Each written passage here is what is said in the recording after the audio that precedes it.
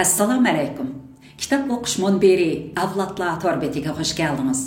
Mening ismim Nuriya Rahman.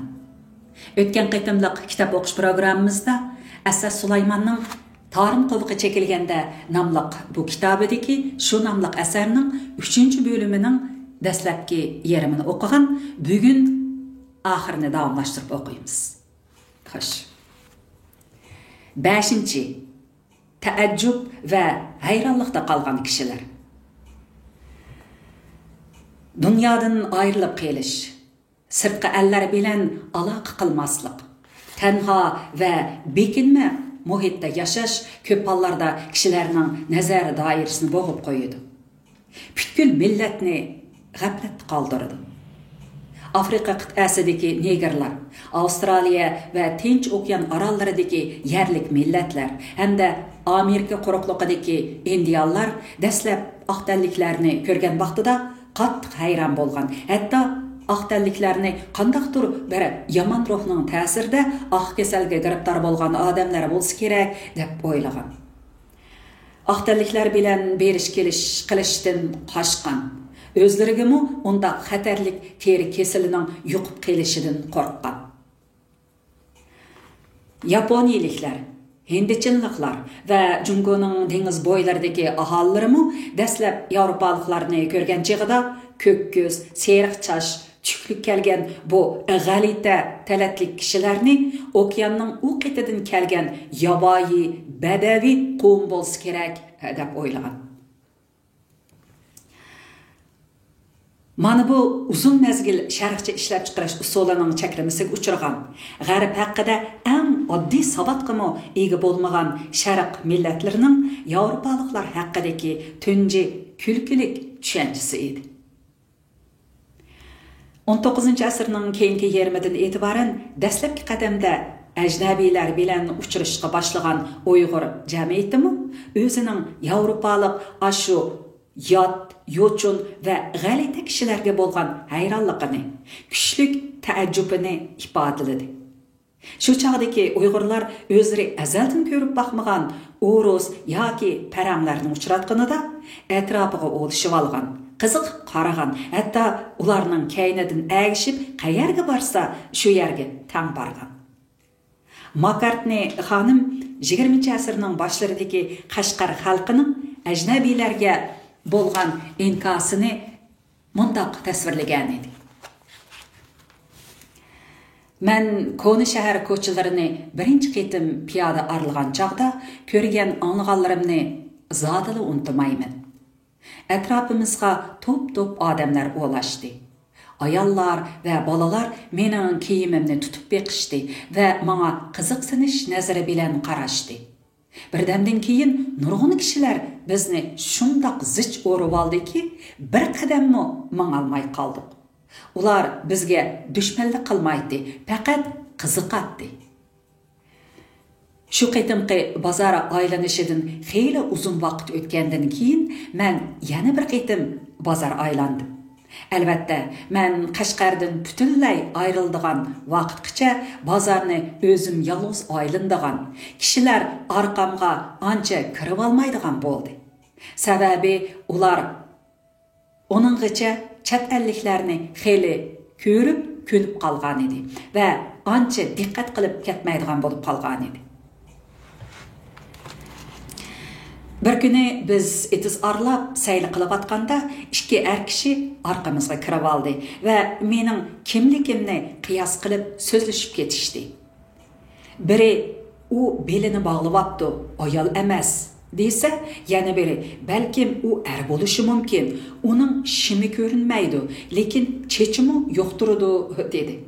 Oxirda har ikkisi uning soqoli yo'q ekan, ayol kishida qiladi degan yerga kelishdi. Demek ular mening kiyinishimdan qoymoqib qolgan edi. Bir kuni bir kapsiz bola yugurgan peti oldimga o'tib, menga xeyr uzungacha tikilib qarab turdi. Ondan maymunga o'xshaydi ekan debla qechib ketdi.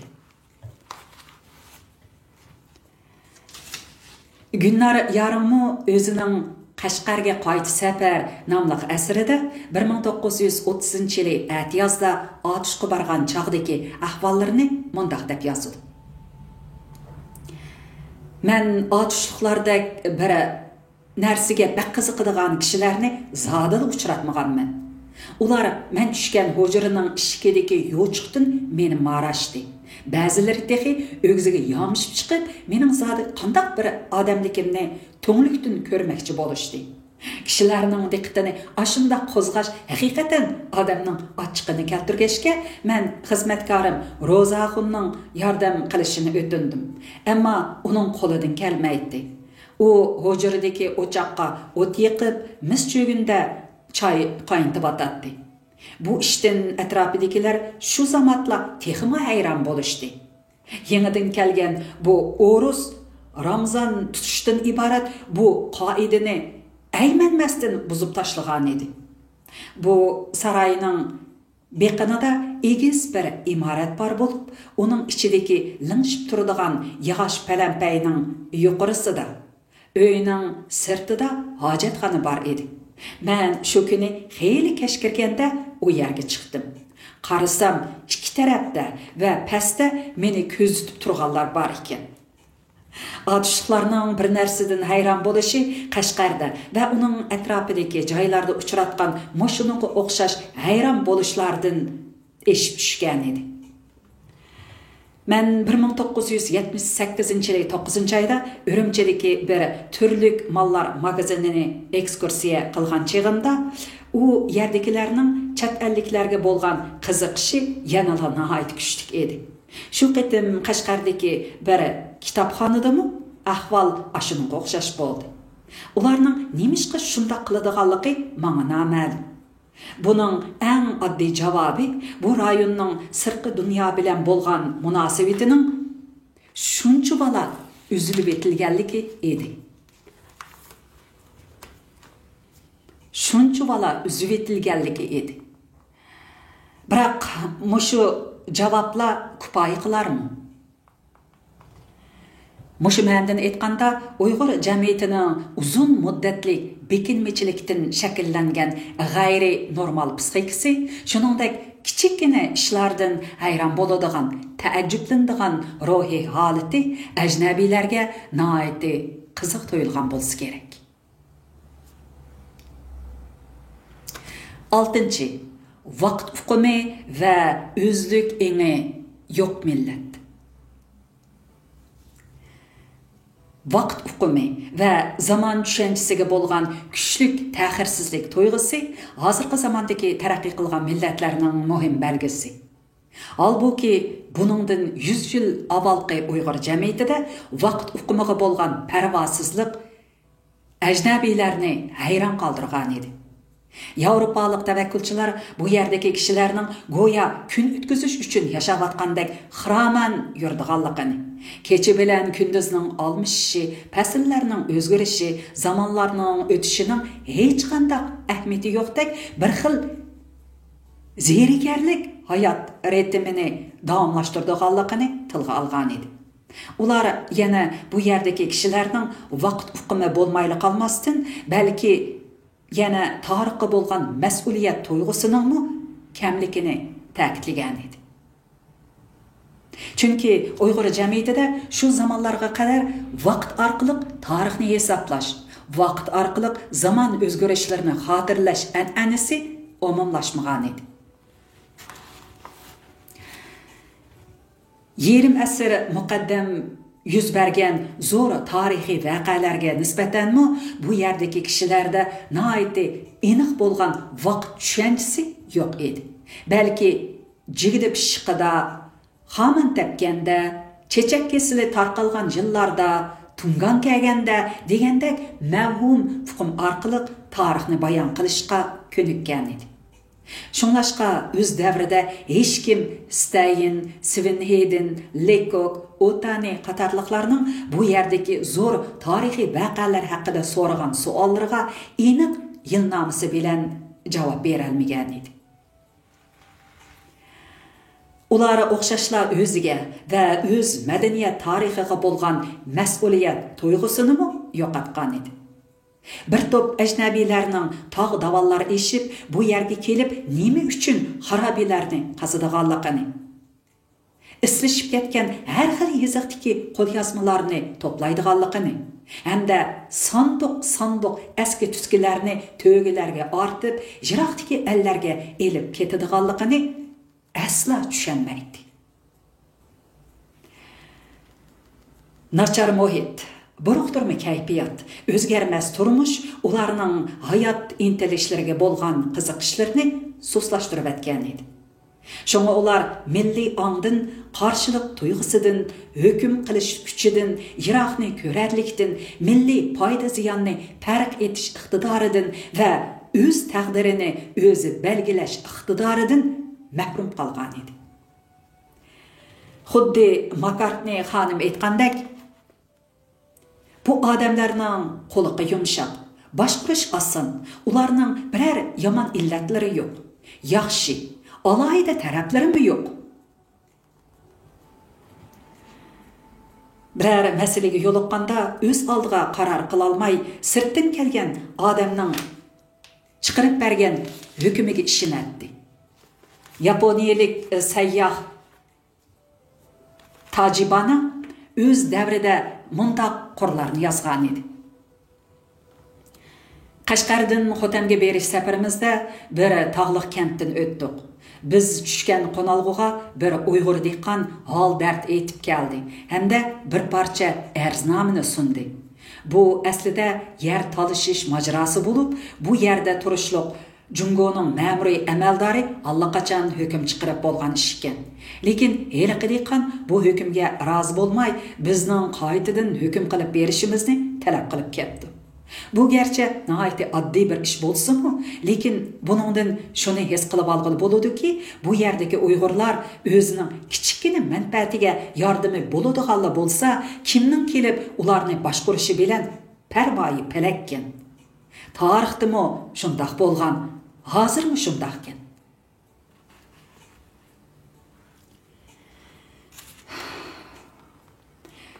Tajibana yana mundaq deb yozadi.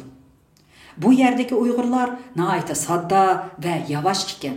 Kim kelib boshqursa, kari yo'q ekan.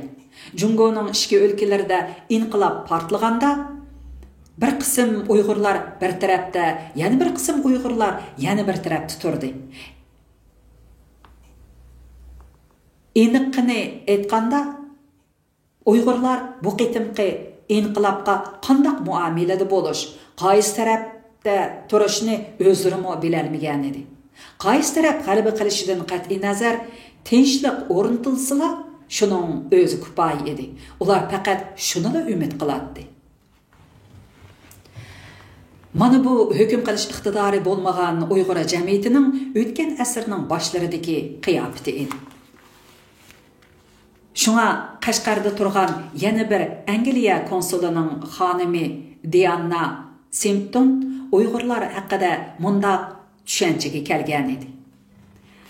Uyg'urlar butunlay o'zlarining usuli bo'yicha yashaydi ekan, ibodat qiladi ekan, savdo qiladi ekan, sayohatga chiqadi ekan, o'zlarining mol-mulkiga egidorchilik qiladi ekan. Shunda qarash keldimki, odatdagi Uyg'urlar hozir g'arbdagi demokratik davlatlarda kishilar erishishni talab qilayotgan siyosiy erkinlikka intilmaydi ekan. Diana xonim so'zni davomlashtirib, Qashqar Uyg'urlari haqida yana mundaq deydi. Qashqarning odamlari o'rin, chechilang'u, ammo tinch, inoq yashaydi ekan. Ular uzun zamonlardan beri shundoq yashab kelgan ekan.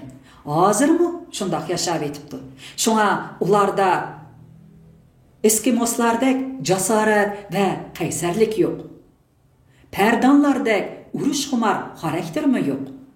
Tibetliklardek jo'shqinlik va tetiklik, Kashmirliklardek qo'li gul, chivarlikdanmi asar yo'q edi.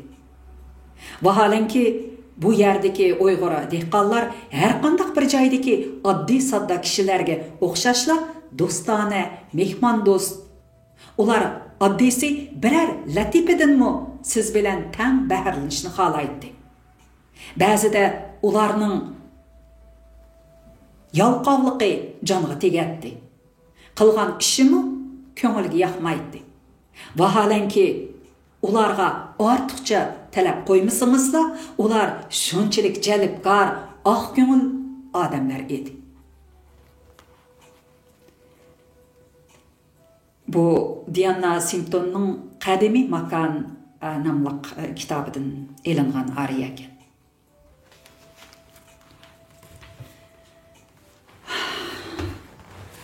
Yettinchi, Bo'stonliq xalqi va qumduq psixikasi. Amerikalik mashhur arab islom tarixchisi Philip Hitti o'zining Arab umumiy tarixi nomli mashhur asarida fursat topsalar boshqalarning madaniyati orqali o'zini sug'urib turish qumluq xalqlarining eng ro'shan aloyligi edi.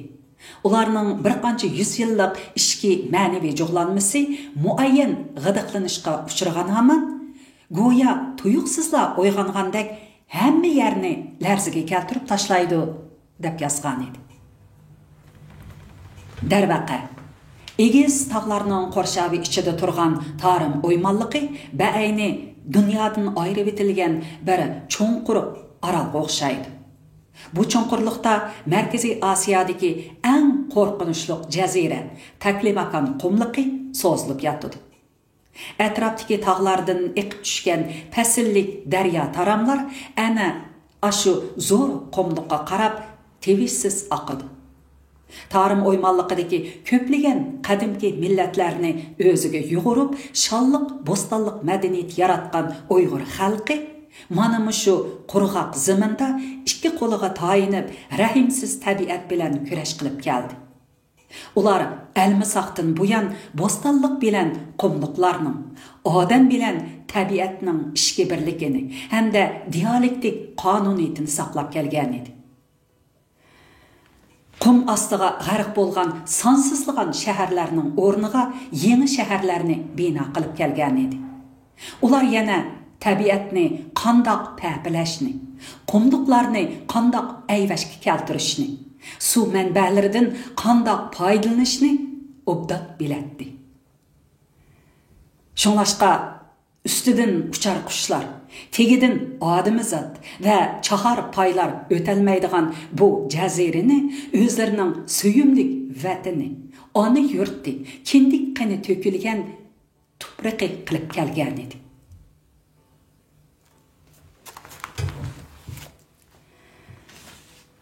Tarim o'ymonliqidagi shonliq madaniyatdan bepoyon cho'l jazirlardagi kimxobdak bo'stonliqlardan hayron qolgan ajnabiy tavakkulchilar Uyg'ur jamiyati bilan bo'lgan dastlabki dialog davomida vujudiga nurg'un ma'naviy bakteriyalarni yuqtirib kelgan bu millatning yana boshqa nurg'un xalqlarda tepilmaydigan esil xislatlarga ham yoshurun hayotiy kuchga ega ekanligini bayqagan edi.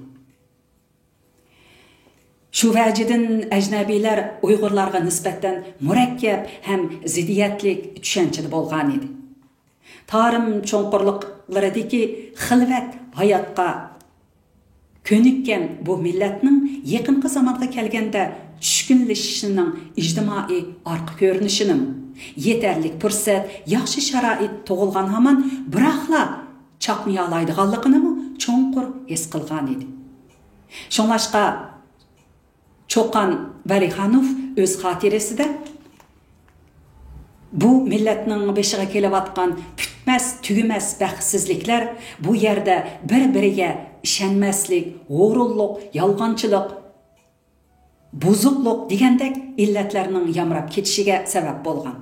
Lekin bu millatda boshqa millatlarga nisb bo'lmagan shundoq bir sehri kuch borki, agar ularga yetarli afzal sharoit yaratib berilsa, bir dindagi boshqa millatlarni orqada qoldirib, hammaning oldiga o'tib ketgan bo'ladi deb yozdi. Albert von Lecoqmo o'z xotirasida bu nuqtani alohida ta'kidlaydi va mundaq deb yozdi. Bu rayondagi hayotlikning manbasi Tarim daryosi va uningga yondosh bo'lgan daryo taramlari bo'lib, butkul Tarim o'ymonligiga ömüçük to'ridek yeyilgan. Aql parasatlik, ishchan yerlik xalqlar o'zlarining pan-parasatiga tayinib sonsizligan favqulodda sug'urish sistemasini barpo qilgan. Hech nima unmaydigan qaqas zaminni go'zal bo'stonliqqa aylantirgan. Lecoq yana mundaq deb yozdi.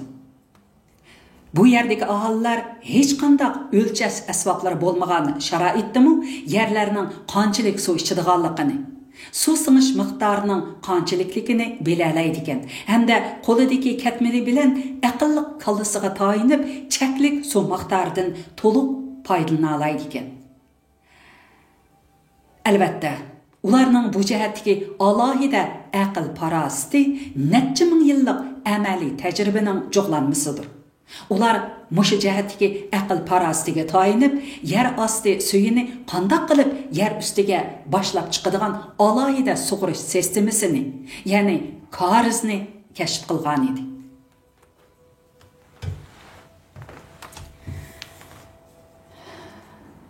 Ajnabiy tavakkulchilar yana Uyg'urlarning mijoz xarakteridan alohida jo'lolinib turgan toshmoyil andezini bayqagan edi.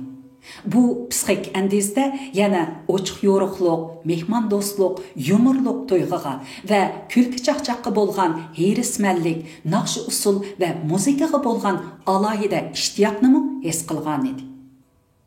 Qo'l ilkidagi bari yo'q taalluqatning hammasini mehmonga sunadigan, atini o'ylamaydigan, boshqalarning xushalligini o'zining xushalligi deb biladigan taraflarini bilgan edi.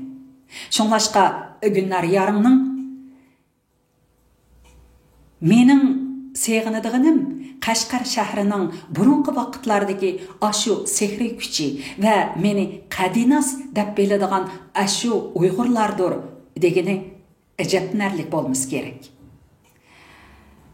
Sevinhedinning taki o'lib ketguncha Lopnurdagi ashu samimiy oq ko'ngil japa mushaqqatga chidamliq do'stlarini, ya'ni O'rdak, Sodiq, Xudaqul, Abdurahim qatorliqlarni seg'inish ichida aslishi shu sababdan bo'lsa kerak. Oxirgi so'z.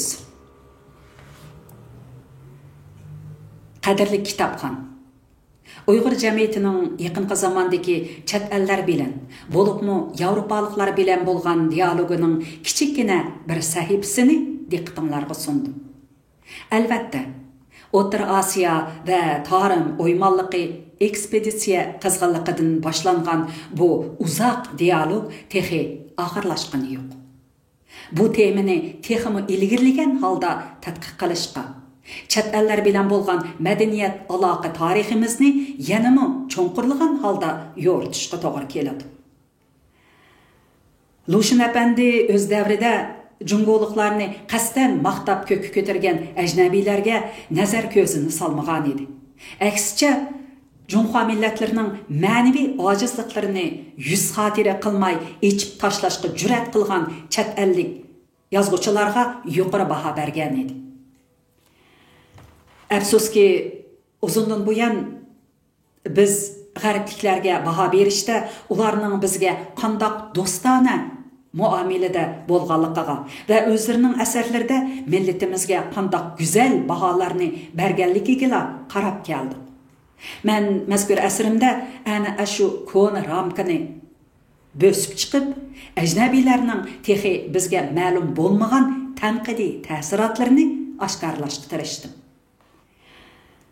Bu rahimsizlikim va tentaklikim millatimizning o'z vujudidagi ma'naviy ojizliklarini to'nib yetib, o'zini texmi takomillashtirishiga yordam beralisa, ajab emas deb o'ylayman. 2001-yili 9-oyning 30-kuni. Demak, bu asar bundan dal 20 yil ilgari yozilganken, asarga bo'lgan ko'z qarashlaringlarni, ta'sirotlaringlarni kitob o'qishmon berimizningki inkas qaydirish supisiga qo'yib, biz bilan hambahrlashinglarni chin dilimdan umid qilaman. Ma'qul emsa, kelar qitimliq kitob o'qish programmamizda ko'rishaylik. Xayri xush, aman bo'linglar. Xayri xush.